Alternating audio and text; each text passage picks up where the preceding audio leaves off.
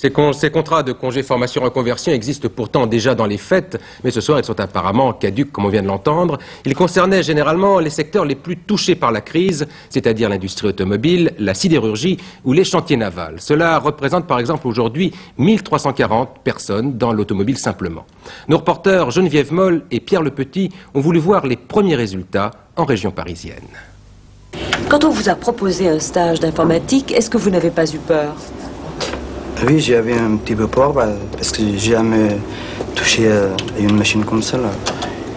Et puis maintenant, je suis là depuis une semaine. Quand même, j'ai arrivé à mettre dans la tête le code, comment on fait marcher l'ordinateur. qu'est-ce que vous pouvez faire? Qu'est-ce que vous pourrez faire lorsque vous serez sorti du stage avec ça?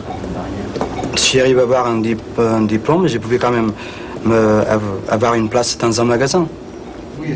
Ils sont 21 travailleurs de chez Citroën en stage de reconversion dans ce centre. 21 immigrés, presque tous analphabètes. Ici, on allie l'apprentissage classique avec le maniement de l'ordinateur. Dans un autre stage, où il y a une dizaine d'immigrés, les formateurs se servent de l'informatique pour enseigner l'alphabet. Vous regardez la lettre qui est là. Ici, il y a le point d'interrogation. Il faut taper la lettre que c'est. Allez-y. 50, 0 faute. Voilà, et là on se met. Mettre des analphabètes sur un ordinateur, c'était une gageure. D'autant que pendant 10, 15, parfois 20 ans, ces hommes n'ont eu aucune autonomie. Des gens comme ça, qui ont passé 15 ans de leur vie au fond du trou ou à l'emboutissage, avec toujours des gens autour d'eux pour leur dire quoi faire, comment faire. Des gens qui vivent pour la plupart dans des foyers, qui mangent au même endroit ensemble. Tout d'un coup, ils se sont retrouvés sans cadre. Plus rien à quoi se rattacher.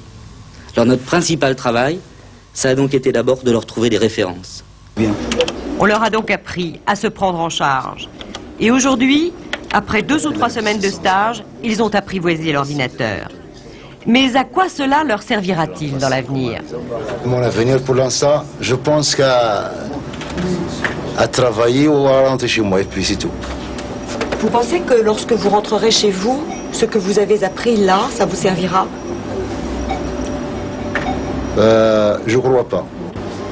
Les inventeurs des stages, les chercheurs du Centre pour la formation professionnelle des travailleurs de l'automobile ne sont pas là pour régler ce problème. Mais ils ont fait la preuve, avec des travailleurs immigrés souvent analphabètes, que n'importe qui pouvait apprendre l'informatique.